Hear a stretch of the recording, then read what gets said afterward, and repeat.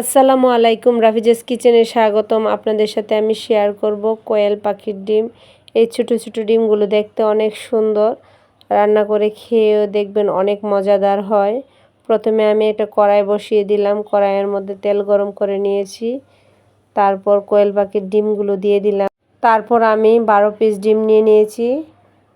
তারপর হলুদ লবণ দিয়ে আমি ভাজা ভাজা করে নিচ্ছি। একদিকে ভাজা ভাজা হচ্ছে, আমি আরেক দিকে কয়েকটা পেঁয়াজ নিয়ে নিলাম। গাইলচা হাটের মধ্যে আমি পেঁয়াজটাকে ভালো করে থেতো করে নিচ্ছি। কলা পেঁয়াজকে আমি থেতো করে নিচ্ছি। আমি পেঁয়াজ বাটা দেব না, মোটামুটি থেতো করে নিলে এই কোয়েল পাখির যে রেসিপিটা আছে এটা অনেক টেস্টি এবং মজাদার হয়। এই দেখেন আমি থেতো করে নিয়েছি। আর এদিকে ডিম ভাজা হয়ে গেছে, আমি ডিমটিকে তুলে নিচ্ছি। তারপর এই তেলের মধ্যে আমি থেতো করা পেঁয়াজ দিয়ে দেব। এই দেখেন অনেকটা থেতো হয়ে গেছে। তারপর আমি পেঁয়াজটাকে ভাজা ভাজা করে নেব। মোটামুটি ভাজা ভাজা হয়ে গেলে তারপর আমি একটা টমেটো দিয়ে দেব। যেহেতু ছোট ডিম, সেই তুলনা অনুযায়ী আমি একটা টমেটো দিয়েছি।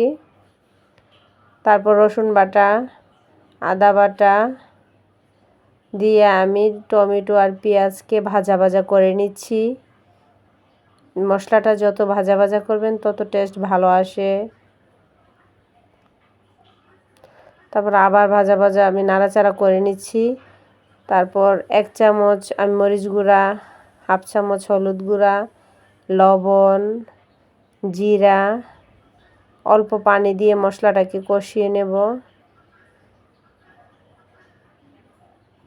মশলা যত কষাবেন তত টেস্ট ভালো আসে।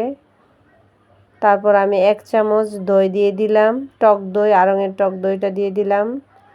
দিয়ে আবার মশলাটাকে আমি আরও 2-3 মিনিটের মতো ভালো করে কষিয়ে নেব।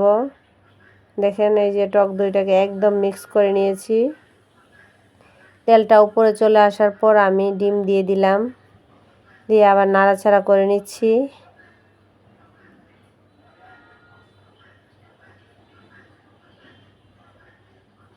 তারপর অল্প আবার 1/2 কাপের চেয়েও কম আমি পানি দিয়ে দিলাম।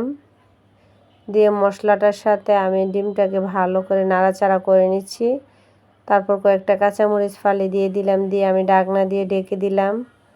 ঢাকনা উঠিয়ে আবার নাড়াচাড়া করে নিচ্ছি। তারপর আমি কয়েকটা ধনেপাতা দিয়ে দেব। আপনারা আপনার পছন্দ মতো দিতে পারেন, না দিলেও ঠিক আছে। আমি ধনেপাতাটা পছন্দ করি সেজন্য দিয়ে দিলাম। এই তো 8-10 মিনিট দমে রেখে হয়ে গেল আমার মজাদার কোয়েল পাখির ডিম বোনা। এই দেখেন কালারটা অনেক সুন্দর হয়েছে।